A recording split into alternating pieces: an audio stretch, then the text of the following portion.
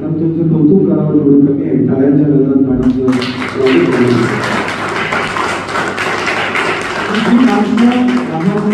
कामचुकारपणा करतात. हे प्राध्यापक आहे, जबाबदारीने बोलतो. त्याला NSSची जबाबदारी द्या आणि त्याला गुंतवून ठेवा असं नेहमी म्हणत असतात. पण मॅडम तुम्ही स्वयंक्षेने ती जबाबदारी स्वीकारला आणि तुमच्या वाणीतून तुमच्या विचारातून खरं तर मी सायन्सच्या माणसावर नाराज होतो. मी कला शाखेचा विद्यार्थी आहे, पण सायन्सच्या माणसामध्ये सुद्धा काय समाजाचं आम्ही देणं लागतो ते विज्ञानाच्या बाहेर आणि सतत डोक्यात विचार आणि हाताची बोटं त्यांची मी हलताना पाहतोय. पण तुमच्या विचारातून जे तुम्ही सांगितलं की NSS हे काय आहे तर माणूस घडवण्याची मशीन आहे आणि ते खरं आहे. कारण खरं का आहे कदाचित मी NSSचा माझ्या महाविद्यालयामध्ये पदमा सर देगलूर महाविद्यालयात NSSचा सहशिक्षक झालो नसतो तर कदाचित आज मी तुमच्या समोर डायरेक्टर म्हणून उभं राहिलो नसतो. आणि माणूस म्हणून जगण्याची जी प्रेरणा मिळाली मॅडम ते खरं आहे. तुम्ही म्हणाला आदरणीय मॅडम इतका बोलले मॅडम दुसरे कार्यक्रम अधिकारी सतत हसतमुख आहे असं त्यांनी सांगितलंय. असं तसं आपल्याला गंभीरतेचे ढोस सुद्धा पोरांना द्यावे लागणार आहे.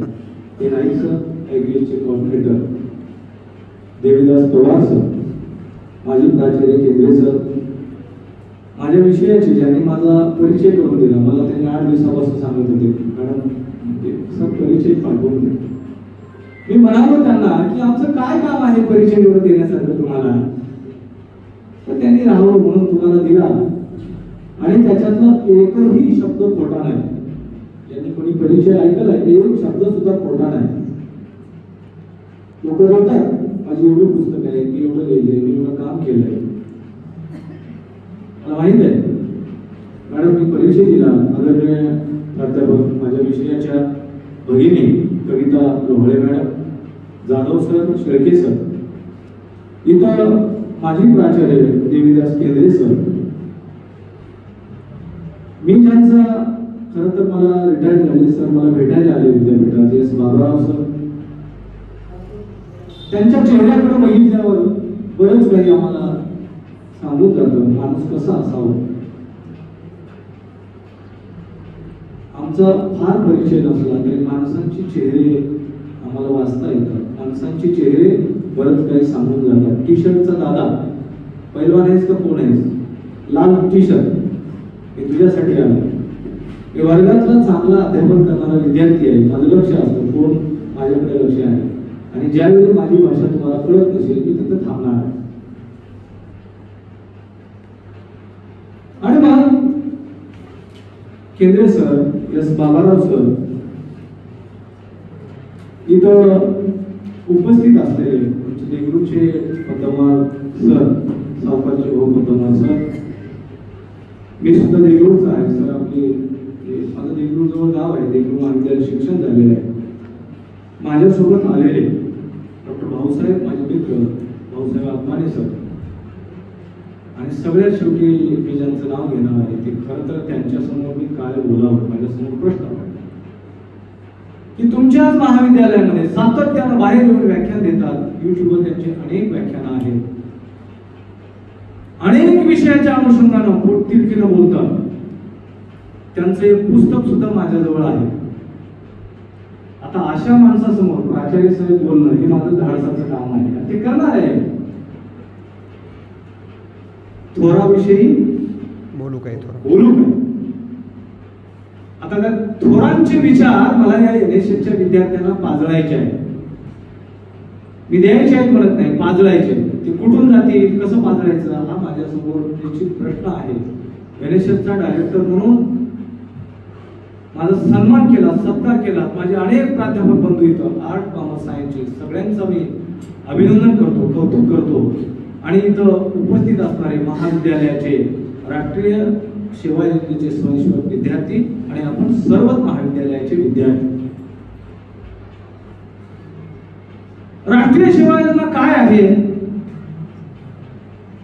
आणि मग त्या राष्ट्रीय सेवा योजनेच्या अनुषंगानं जी राष्ट्रीय सेवा योजना आहे मी आता सांगत होतो तुम्हाला की महात्मा गांधींच्या जन्मशताब्दी निमित्त 24 सप्टेंबर 1969 ला हा दिवस साजरा करण्यात आला.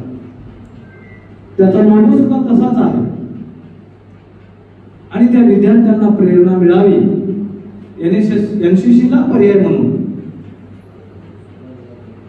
राष्ट्रीय सेवा योजना अस्तित्वात आलेली आहे. आणि मग ही राष्ट्रीय सेवा योजना अस्तित्वात आणण्याचं काय कारण आहे तर त्या काळात त्यावेळच्या जी काही मोठी माणसं देशात स्वातंत्र्याच्या नंतर मोठी माणसं होऊन गेली त्यांना वाटत होतं की आम्ही या समाजाचं आणि या राष्ट्राचं देणं लागतो. आजच्या पोरांना वाटतंय का खऱ्या अर्थानं आम्ही देणं आहोत कोणाचं तरी. आता इथं मॅडमने उल्लेख केला की आम्ही दत्तक घेतलेलं गाव कोणतं आहे कल्लाळी गाव आहे आणि त्या कल्लाळी गावामध्ये 31 हुतात्म्याचं बलिदान गेल्यावर त्यातून आपल्याला हे स्वातंत्र्य मिळालेलं आहे. मग आपल्याला त्या स्वातंत्र्याची किंमत आहे काय मला तर वाटतं मला ती किंमत थोडीफार वाचनातून कळाली असेल पण या पोरांना काय कळणार आहे स्वातंत्र्याची किंमत. स्वातंत्र्याचीच किंमत कळाली नाही या मातृभूमीचीच आम्हाला जर किंमत कळाली नाही तर आम्ही माणूस म्हणून खऱ्या अर्थानं जगणार आहोत का हा माझा तुमच्या समोर विद्यार्थ्यांनो तुमच्या समोर माझा प्रश्न आहे. आणि म्हणून त्या स्वातंत्र्याची किंमत त्या मेलेल्या शहीदांची किंमत त्या मेलेल्या बलिदान दिलेल्या हुतात्म्यांची किंमत कळावी आणि ती किंमत कळण्यासाठी ती किंमत सांगण्यासाठी राष्ट्रीय सेवा योजना काम करत असते. आणि मग त्या राष्ट्रीय सेवा योजनेचा हेतू 3च गोष्टीवर आधारलेला आहे. त्याचा उद्देश 3 गोष्टी आहेत. एक आहे आपल्या मनात राष्ट्रसेवा राष्ट्रभावना रुजावी. दुसरा आहे आमच्या मनात समाज भावना समाजसेवेचं काहीतरी आम्हाला भान असावं. आणि तिसरं आहे श्रमाचं मूल्य आम्हाला कळायला पाहिजे. आता या गोष्टी आम्ही शिकवायची आणि सांगायची गरज आहे का मला वाटतं खऱ्या अर्थानं राठोड ती गरज आम्हाला नाही. आम्ही लहानपणापासून थोरांची ओळख 3री पासून आम्हाला पुस्तक आहेत थोरांची ओळख आहेत ना होती का तुम्हाला थोरांची ओळख पुस्तक होतं आम्हाला. आम्ही शाळेत गेल्याबरोबर आम्हाला BA ला आल्यावर राष्ट्रगीत बंद झालं पण 12वी पर्यंत आम्हाला राष्ट्रगीत होतं. प्रतिज्ञा आम्हाला होती होत ना जनगण मन अधिनायक जय हे भारत भाग्य विधाता. मला वाटतं भाग्य विधाता हा शब्द मला सुद्धा उशिरा कळायला नाही. मी जाणून बुजून सांगतो जर कदाचित आमिर खानचा तो कोणता सर आमिर खानचा एक कार्यक्रम होता टीव्हीवर होता बघितलं का पूर्व एखादं तरी पाहिलंय का मला सांगा. बघा आमच्या पिढीची माणसं सांगितली सत्यमेव जयते. भारत भाग्य विधाता मग कोण आहे ते भाग्य विधाते खऱ्या अर्थानं जे बलिदान दिले या देशासाठी हुतात्म्य पत्करलेलं आहे ज्यांनी या भारताला स्वातंत्र्य मिळवून देण्यासाठी आपलं जीवन अनेक अंगानं मग ते नेहरू पासून यशवंतरावापर्यंत मी जास्तीत लोकांचा उल्लेख घेत नाही ते नेताजी सुभाष चंद्र बोसापासून भगतसिंगापर्यंत ज्यांनी आपल्या जीवाची पर्वा न करता बलिदान देऊन ज्यांनी या देशाला स्वातंत्र्य मिळवून दिले आणि ते राष्ट्रभान आमच्या मनामध्ये रुजावं हा एनएसएसचा मूळ हेतू आहे एनएसएसचा मूळ उद्देश आहे. मग भगतसिंग आम्हाला माहित आहेत का भगतसिंग भगतसिंगाने काय केलंय तो विचार आम्हाला कधी कळालाय का? भगतसिंगाने शेवटचं पत्र लिहिताना शेवटचं पत्र आम्ही वाचलं पाहिजे. मी भगतसिंगावर फार प्रेम करतो सर, कारण जी माणसं जी मुलं भगतसिंगावर प्रेम करतात ती कधीच मरणाला घाबरत नाही, कधीच मरणाला घाबरत नाही. कितीदाही मरण येऊ द्या तर मरणाला घाबरत नाही ती लोक. पण कोरोनामध्ये अनेक लोक घाबरून जात होते दुसऱ्याजवळ जायला सुद्धा. मी राष्ट्रीय सेवा योजनेचा स्वयंसेवक म्हणून, कार्यक्रम अधिकारी म्हणून मी कधीच घरात बसलो नाही सर. मी आजही सांगतो जाऊन, कधीच नाही घरात. माझे संस्थाचालक जिवंत होते, ते कोरोनामध्ये निघून गेले. मी कोरोनामध्ये जनजागृती केली. कोरोनामध्ये मी माझ्या गावामध्ये, आता सांगावं की नाही माझ्यासमोर प्रश्न पडतोय, राजकारणाबद्दल बोलावं की नाही. माझी आई सरपंच होती त्यावेळी. पुण्या मुंबईच्या लोकांना गावात येताना मला लोक नावं ठेवत होती, पण मी अतिशय त्यांना त्यांच्या जवळ जाऊन त्यांची विचारपूस करून त्यांना गावामध्ये मी घेतलंय. आणि हे राष्ट्रभान, हे समाजभान आपल्यामध्ये आलं पाहिजे. आणि त्या राष्ट्रभान आणि समाजभान येण्यासाठी मग ते आलंय का? मी राष्ट्रगीताचा उल्लेख केलाय. आपण भाग्यविधाते, या देशाचे आपण भाग्यविधाते आहे. आपण प्रतिज्ञा शपथ घेतो. मला विषयावर बोलायचं आहे, विकसित भारत आणि 2047. आता मला प्रश्न पडलाय 2047 हे कोणाच्या कल्पनेतून आलं मला माहित नाही. मी फक्त अब्दुल कलामला मानत होतो. अब्दुल कलामाचं स्वप्न होतं. काय होतं? काय होतं पोरांनो माहिती आहे का तुम्हाला की 2020 ला आमचा भारत महासत्ता होईल का? झालाय का? माझा प्रश्न आहे. 2020 ला जर भारत कदाचित महासत्ता जर झाला असता तर काय देशाची म्हणजे काय अवस्था आज होऊ लागलेली आहे, त्याचा विचार आम्ही केला पाहिजे. राष्ट्रीय सेवा योजना, ज्या महात्मा गांधीजींची जन्मशताब्दी, महात्मा गांधीजींची जी जन्मशताब्दी संपन्न होत आहे, महात्मा गांधींचा विचार आणि त्या विचारातून हे राष्ट्रीय सेवा योजना संपन्न झालेला आहे. आणि मग हे सगळं होत असताना या देशामध्ये स्वातंत्र्य मिळाल्यानंतर तुम्हाला माहित आहे कोणी सांगतोय 55 कोटीसाठी, बरोबर आहे ना, राष्ट्रपित्याची हत्या या देशात झालेली आहे. अशा या देशामध्ये 1948 ला हत्या झाली आणि आम्ही स्वप्न पाहतो 2047 ला हा भारत विकसित भारत झाला पाहिजे. या देशामध्ये सुईचा कारखाना सुद्धा या देशामध्ये नव्हता. आज आम्हाला एवढ्या सुविधा मिळतात. आज आम्ही औद्योगिक क्रांतीला एवढे संपन्न झालेलो आहोत. आणि अशा देशामध्ये विकसित भारताची आणि आमच्या एनएसएसच्या पोरांची भूमिका मला इथं मांडायची आहे. काय सांगायचं पोरांना? पोरांनो कळालंय का तुम्हाला आपण कुठे जन्माला आलो आणि आपले आई वडील काय करतात? कळालंय का? खरं सांगा बरं मला, एकाला तरी कळालंय का? आपण ज्यावेळी महाविद्यालयात शिकायला येतो आणि शिकायला येऊन संध्याकाळी घरी गेल्यानंतर आपल्या मायबापांच्या चेहऱ्यावर बघितल्यावर आपल्या मायबापांची काय अवस्था आहे? आम्ही विकसित भारत ची संकल्पना मांडत असताना आम्हाला भारत विकसित करायचा आहे. त्याच्या अगोदर आम्हाला विकसित व्हावं लागेल. अगोदर आम्हाला शाळेत जावं लागेल. अगोदर आम्हाला महाविद्यालयात जावं लागेल. महापुरुषांची कल्पना होती शिक्षण हे सार्वत्रिक झालं पाहिजे, बरोबर आहे ना? महात्मा फुलेंना सावित्रीबाईंना वाटायचं ना या देशात मुलींना महिलांना शिक्षण नव्हतं. तुम्हाला माहित आहे मुलींना महिलांना देवीची उपमा देतात ना आमच्याकडं.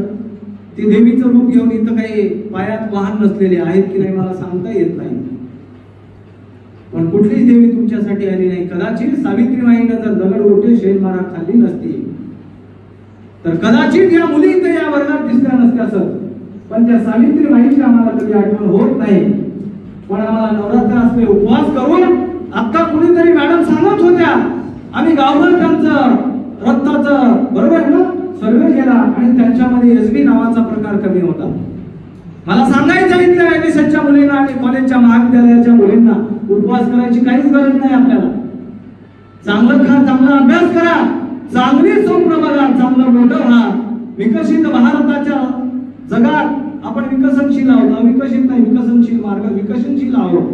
त्या विकसनशील देशामध्ये राहताना विकसित भारताचं स्वप्न पाहायचं आहे आणि ते स्वप्न पाहताना आपल्याला काय करायचं आहे, आपली जबाबदारी काय आहे ती आपण ओळखली पाहिजे. मी आता सांगत होतो शिक्षणाच्या बाबतीत काय अवस्था आहे.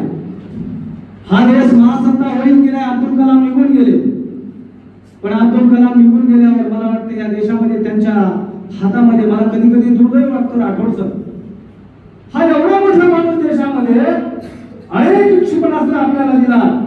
पाकिस्तान सारख्या देशाला आपली भीती वाटावी इतकी मोठी अग्नी असेल, त्रिशूळ असेल, अनेक क्षेपणास्त्र आपल्या देशाला त्यांनी दिलेले आणि त्यांच्या हातात विना देऊन वाजवताना मला त्यांचा फोटो आज अलीकडच्या काळात पाहायला मिळतो. काय बोलावं, विकसित भारताचं स्वप्न पाहताना या देशामध्ये मला प्रतिज्ञा घ्यायला सुद्धा लाज वाटते. आता भारत माझा देश आहे, सारे भारतीय माझे बांधव आहेत. पोरांना लक्षात येत आहे ना, आम्हाला कधी वाटतंय का? आता कितीतरी जातीची संघटना, जातीच्या बाहेर लोक पडायला तयार आहेत. माझा मोबाईल सरांकडे आहे, जेवढे जातीच्या नावावर संघटना होते सगळ्या संघटनेतून मी डिलीट झालेलो आहे.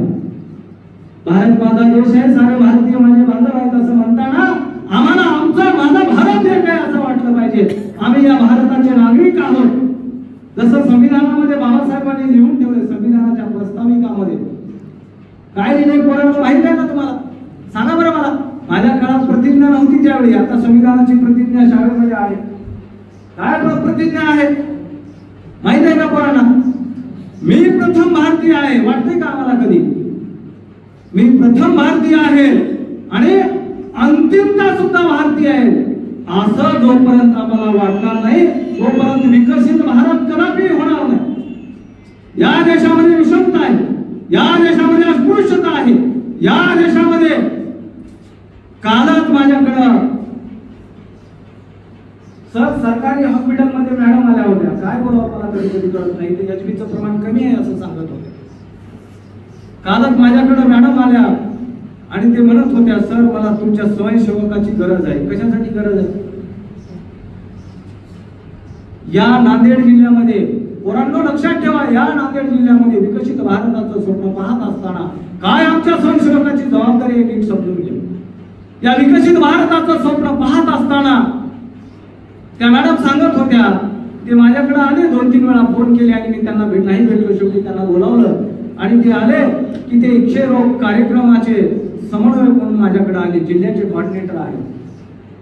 मी म्हणलं मॅडम काय मदत पाहिजे? ते सांगत होते मला की नांदेड जिल्ह्यामध्ये शासनाचा प्रोग्राम आहे, नांदेड जिल्ह्यामध्ये क्षयरोगाची संख्या वाढलेली आहे. काय म्हणतात पोरांनो क्षयरोगांना? इंग्रजीत काय म्हणतात पोरांना माहिती आहे का तुम्हाला? टीबी हा रोग झालेला आहे ना. कशामुळे होतो टीबी हा रोग? पोरांनो कशामुळे होतो टीबी हा रोग? कशामुळे होतो बोला मला. मी बोलण्यासाठी आलो. उद्बोधन शिबिराचं नावच आहे उद्बोधन शिबिर आणि त्या विषय सुद्धा तसाच आहे. पुढचा काय आहे?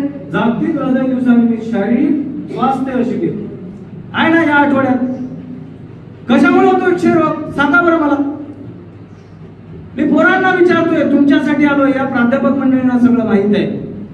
ह्यांना एकच रोग होतो, साखर वाढली म्हणून मधुमेह त्यांना होतो म्हणून सकाळ आणि संध्याकाळ फिरायला जातात. ते तुम्हाला माहित असावं. साखर वाढू नये, हृदय होऊ नये, त्या हृदयामध्ये साखर जमा होऊ नये म्हणून माझ्यासारख्याला फिरावं लागतंय. पण ज्यांना पोषक आणि पूरक अन्न मिळत नाही, सर किती दुर्दैवाची गोष्ट आहे. आम्ही विकसित भारताची कल्पना चांगली आहे सर, तुमची कल्पना ज्यांनी कोणी हा विषय ठेवलाय उद्बोधन शिबिराचा, कल्पना चांगली आहे. विकसित भारताचं स्वप्न पाहत असताना आमच्या स्वयंसेवकाची जबाबदारी आहे. आमच्या या नांदेड जिल्ह्यातले जे 1588-1600 लोकांना जर टीबीचा रोग होऊन ते जर मरणाच्या दाढेत असेल तर त्यांना बाहेर काढण्याची जबाबदारी कुणाची आहे? राष्ट्रीय स्वयंसेवकाची आहे ते तुमची आणि अरे संचालक म्हणून ती माझी सुद्धा जबाबदारी. कार्यक्रम अधिकारी म्हणून मॅडम तुमची आणि नाईक सरांची ती जबाबदारी आहे.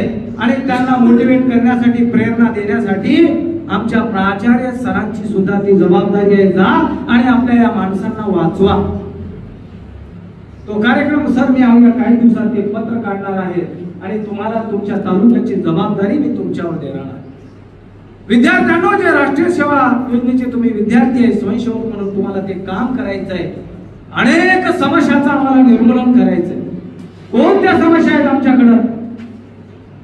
मी एक 10 वर्षापूर्वी स्वयंसेवक असताना आमच्याकडे HIV समस्या होती, ती निघून गेलेली आहे. मी 10 वर्षापूर्वी हुंडाबळीची समस्या होती, ती आता कमी झालेली आहे. मुलींना मी हुंडा घेतलाय, हुंड्यावर बोलणार नाही, कारण हुंड्याशिवाय नोकरीच लागली नसती. मी फार गरीब घरचा मुलगा आहे. केवळ इथं उभा जे आहे ना सुटकोटामध्ये, बिचारे तिच्या पैशामुळे मी इथं आलेला आहे. हे सर वद्य सर माहीत असावं. मुलींना सांगतोय मी आता माझ्या मुलींना हुंडा देणार नाही, कारण तिला स्वप्न माझं आहे तिला कलेक्टर किंवा एखादा तहसीलदार चांगल्या पदावर पाठवावं आणि तिला म्हणजे मोठं करावं, हे माझं स्वप्न आहे. आज हुंडाबळीची समस्या नाही. आज आमच्याकडे कोणत्या समस्या आहेत? ग्रामीण भागातल्या समस्या. महाविद्यालयाचं नाव ग्रामीण आहे आणि ग्रामीण भागातल्या समस्या कोणत्या आहेत ते शोधून त्यावर उपाय करायचा आहे. आणि त्यांच्यासाठी खऱ्या अर्थानं NSSचे विद्यार्थी म्हणून तुम्हाला आणि मला काम करायचं. आणि हे सगळं करत असताना केवळ त्यांच्यासाठी काम करायचं नाही, समाजासाठी राष्ट्रासाठी तर काम करायचंच आहे, पण त्याबरोबर स्वतःसाठी सुद्धा इथं काम करायचंय. काय काम करायचंय? तर ते काम करायचंय आम्हाला व्यसन मुक्तीतून बाहेर पडायचंय. काय बोलावं, मला कधी कधी खंत वाटते. माझ्याच एक राष्ट्रीय सेवा योजनेमधला कारकून आहे, मला त्याला बघितलं की राग येतो. सकाळी आल्याबरोबर माझ्या पायाची आग मस्तकात जाते. पण काय करावं सर, मला कळत नाही. मी राष्ट्रीय सेवा योजनेचा विद्यार्थी म्हणून, स्वयंसेवक म्हणून, संचालक म्हणून मला कधी कधी खंत वाटतं. त्याला बोलताना सुद्धा त्याच्या तोंडातून बाहेर येत आहे, अरे कर्करोगानं मरण्यापेक्षा या समाजासाठी काहीतरी करून मेलं पाहिजे असं मला वाटतंय. आणि म्हणून ते काम आपल्या राष्ट्रीय सेवा योजनेच्या विद्यार्थ्यांना करायचं. तंबाखू, गुटखा, दारूपासून आम्ही दूर झालं पाहिजे. दारूपासूनच नाही तर आता लागलेलं विद्यार्थ्यांना एक जडलेलं व्यसन आहे. विकसित भारतामध्ये जाताना मोबाईलचा आम्ही जरूर वापर करावा, पण मोबाईलचा वापर करताना सोशल मीडियाच्या किती आहारी जावं. उठल्या बरोबर माझ्या मोबाईल मध्ये अनेक गुड मॉर्निंग असतात. मी कधीच कोणाला रिप्लाय देत नाही, तरी रोज गुड मॉर्निंग येतात. झोपताना सुद्धा गुड नाईट मेसेज येतात. फेसबुक बघता बघता आमच्या मुलांची डोळे गायब झालेले कळणार नाही. मी कधी कधी वाचतोय, पेपरला वाचतोय, 4 वर्षाची 5 वर्षाच्या मुलांना ते डोळ्यांचा आजार, त्या आजाराचं नाव मला आठवत नाही आता. मला वाटतं डोळ्यांच्या आजारामुळं जर 5 वर्षाची बालक या समाजामध्ये त्रस्त असतील तर आम्ही विकसित भारताचं स्वप्न कसं पाहायचं? आणि मग ते स्वप्न पाहत असताना आमची स्वयंसेवक म्हणून ती जबाबदारी काय आहे आणि ती जबाबदारी पार पाडत असताना त्या सतत राठोड सर तुम्ही सांगत होता की राष्ट्रीय सेवा योजनेला काय देतं, या समाजासाठी देतंय, या गावासाठी देतंय. मी ज्या माणसाचं नाव घेतलंय, दादांनो तू खेळाडू आहेस ना, तुम्ही दोन, तुमच्यावर माझं लक्ष आहे, तुमचं लक्ष नाही. मला काय चाललंय मला कळत नाही. राठोड सरांना विचारा. राठोड सर मला बोलत होते, बोलता या राष्ट्रीय सेवा योजनेमुळे माझ्या गावाला काय मिळाली सर? लाईट मिळाली. लाईट, प्रकाश पडला गावामध्ये. आणि तो नुसता प्रकाश नाही तर आज या ग्रामीण महाविद्यालयामध्ये जे A ग्रेडचा प्रकाश या जिल्हाभर या विद्यापीठात या महाराष्ट्रावर टाकलेले आहे. त्या टाळ्यांच्या विराज्यांचं कौतुक आहे. आणि गावाला लाईट स्वतः उभं राहिले नाही. तर मला वाटतं या महाविद्यालयाला, ग्रामीण भागातलं महाविद्यालय असून सुद्धा जर A ग्रेड मिळवून देत असतील तर ही राष्ट्रीय सेवा योजनेची देण आहे. आम्ही सुद्धा आमच्या गावासाठी आम्ही दिलं पाहिजे. गाव स्वच्छ केलं पाहिजे. स्वच्छताची सेवा, समाजसेवाची सेवा आहे, काहीतरी उल्लेख आहे, असंच आहे ना. स्वच्छतेचा आठवडा आहे. आम्ही शिकायला असताना आम्ही फक्त गाडगेबाबांच्या नावावर हे स्वच्छता अभियान चालायचं. गाडगेबाबांनी नुसतं झाडू मारलंय का? विद्यार्थ्यांनो, गाडगे महाराजांचं चरित्र एकदा वाचा, गाडगे महाराजांचं शेवटचं कीर्तन वाचा. गाडगे महाराजांनी ज्या पोलीस स्टेशनच्या उद्घाटनाला गेले बद्दे सरांना माहित आहे, बद्दे सरांची मी अनेक व्याख्यान ऐकले सर, आणि इथं व्याख्यान द्यायला आले. मी सरांना सांगितलं यांच्या समोर काय बोलू, पण मग माझ्याकडे बोलण्याचं धाडस आहे, कारण त्यांचा आदर्श माझ्या समोर आहे. गाडगे महाराजांनी नुसतं गावं स्वच्छ केली नाहीत, नुसतं गावं हागणदारी मुक्त केली नाहीत, पण त्यांनी काय केलं, गावं साफ करत करत करत माणसाची मन सुद्धा स्वच्छ करण्याचं काम या देशामध्ये गाडगे महाराजांनी केलेलं. आणि ते काम राष्ट्रीय सेवा योजनेचे स्वयंसेवक म्हणून आम्हाला विकसित भारताकडे न्यायचं असेल तर जाती पातीमध्ये धर्मामध्ये आहे ना. आता लोक अलीकडच्या काळात सांगतात, आता नाव घेऊन पण नाही त्या धर्माचं, धर्म खतरे में अडकला है, अभी उसको बचाने के लिए मैं पैदा हुआ है असं सांगतात लोक. पण ती संकल्पना खोटी आहे सर. धर्मापेक्षा मोठं काय आहे, मोठं राष्ट्र आहे. आणि म्हणून त्या राष्ट्रासाठी जर तुम्ही भगतसिंगाला समोर ठेवलात तर तुमच्या समोर धर्म हे गौण आहे. मी त्या मागचं उदाहरण देणार नाही, धर्म ही आपूची गोळीच आहे, खरं आहे. धर्मानं आज वाटोळा या देशाचं होणार आहे असं दिसतं आहे. आणि म्हणून धर्मापेक्षा अगोदर आम्ही माणूस आहोत. माणूस द्या, म्हणजे माणूस द्या सांगितलंय ना, कोण सांगितलंय, तुकडोजी महाराजांनी सांगितलंय. पोरांना कळायला पाहिजे, अरे मला माणसासाठी जगायचंय, मला माणसाची सेवा करायचंय, आम्हाला माणूस घडवायचा आहे, असं आमच्या राष्ट्रीय सेवा योजनेच्या मुलामुलींना वाटलं पाहिजे. आम्ही लहानपणी ऐकत होतो, आम्ही लहानपणी सांगत होतो, हिंदू मुस्लिम सब भाई भाई आहेत त्या देशामध्ये, ख्रिश्चन ईसाई बौद्ध शीख सगळे भाई भाई आहेत. पण अलीकडच्या काळामध्ये ती म्हण आमच्यातून निघून गेली. आता जातीसाठी माती खाल्लं पाहिजे. अरे माती कशाला खायची, कशासाठी खायची? आणि त्या माती खाणाऱ्या लोकांना आम्हाला बाहेर काढण्यासाठी राष्ट्रीय सेवा योजनेच्या स्वयंसेवकांना काम करायचंय. जर आम्हाला विकसित भारत करायचा असेल तर या देशामध्ये स्वतः समता बंधुता नांदली पाहिजे, आणि ते नांदण्यासाठी आम्हाला काम करायचं. राठोड सर काय बोलावं, मला मी आलो असतो, इलेक्शनच्या काळात आलो असतो तुमच्याकडे मतदान मागायला, पण माझा विरोध झाला. त्या गोष्टीला मी आजही विरोध आहे. एखाद्या जातीच्या नावावर संघटन करून मतदान मागता येत नाही. आणि शिकलेली माणसं जर असं जर वागत असतील तर आम्ही कोणाला सांगायचं, या भावी पिढीला काय सांगायचं, या पोरांना कसं सांगायचं तुम्हाला? हा विचार माझ्या डोळ्यासमोर येतोय. मी एका कष्टकऱ्याचं लेकरू आहे, ज्यांनी मला कष्ट करून शिकवलंय. पद्मवार सर, जर कदाचित मी त्या राष्ट्रीय सेवा योजनेचा विद्यार्थी झालो नसतो, जर पिंपळगाव सारख्या ठिकाणी, जे आपल्या कुशावाडीचं बाजूचं गाव आहे, त्या ठिकाणी जर मी त्या गावात गेलो नसतो, राष्ट्रीय सेवा योजनेचा स्वयंसेवक म्हणून काम केलो नसतो, तर कदाचित मला इथं या उभं राहून जे किशाला राष्ट्रीय सेवा योजनेचा बिल्ला आहे ना, दिसते ना, बॅच लावून माझ्यासमोर संचालक म्हणून मिरवण्याची संधी कदाचित मिळाली नसती. राष्ट्रीय सेवा योजना हे समाजसेवा आणि राष्ट्रसेवा करत करत स्वतःचं व्यक्तिमत्व घडत असतं. पोरांनो लक्षात असावं, स्वतःला घडण्याची संधी कुठं मिळते? बोला ना, मला मी उद्बोधनासाठी आलो, मी नुसतं भाषण देण्यासाठी मी तुमच्या समोर आलेलो नाही. अरे या तुम्ही सुद्धा माझ्या ठिकाणी जाऊ शकता.